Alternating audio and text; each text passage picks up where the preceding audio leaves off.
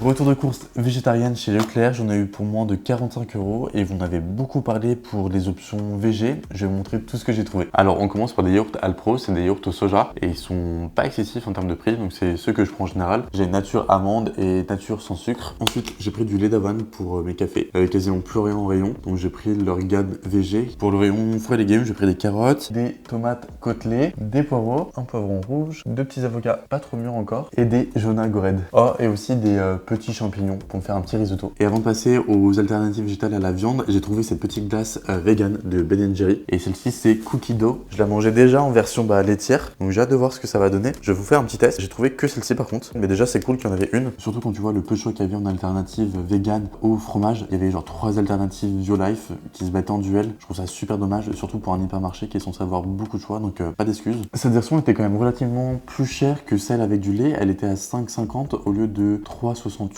pour celle avec du lait. Je trouve ça quand même pas donné. Mais bon, j'ai trop hâte de goûter d'ailleurs. J'avais oublié, j'avais pris aussi du basilic et des œufs bio. J'en ai pris que 6. J'avais tendance à un peu à surconsommer au début quand j'étais végétarien. Je me vengeais un peu sur le fromage et sur les œufs. Ça me rassurait de me dire que j'avais encore des protéines animales. Et maintenant que je connais mieux mon alimentation, je diminue beaucoup. Avant, j'aurais pu prendre genre une boîte de 20 pour une semaine. Là, je suis à une boîte de 6 alors qu'on est 2, donc c'est quasi rien. Et je prends plus de produits laitiers. Ensuite, pour les alternatives végétales à la viande, j'ai trouvé plein de trucs avec leur marque VG. Alors juste avant la marque VG, j'ai trouvé du Vuna, donc c'est du thon vegan de la marque Garden Gourmet. J'en ai beaucoup entendu parler. Ça fait super longtemps que je voulais vous faire une recette de pâtes au faux thon. Apparemment c'est hyper bon, super bluffant. Je vous ferai la recette. De toute façon, je vais vous faire plein de recettes avec toutes ces courses. Ensuite, j'ai trouvé des boulettes végétales à base de blé et de pois. 15 grammes de protéines pour 100 grammes, plutôt pas mal. À voir en termes de goût. J'ai trouvé les fameuses nuggets dont on n'a pas arrêté de me parler. Apparemment, elles sont super bonnes. Il y en a qui disaient qu'elles étaient même presque meilleures que celles d'Apivore. Ça, j'y crois pas trop parce que j'adore celles d'Apivore. Par contre, elles sont beaucoup moins chères. Là, on était à 1,61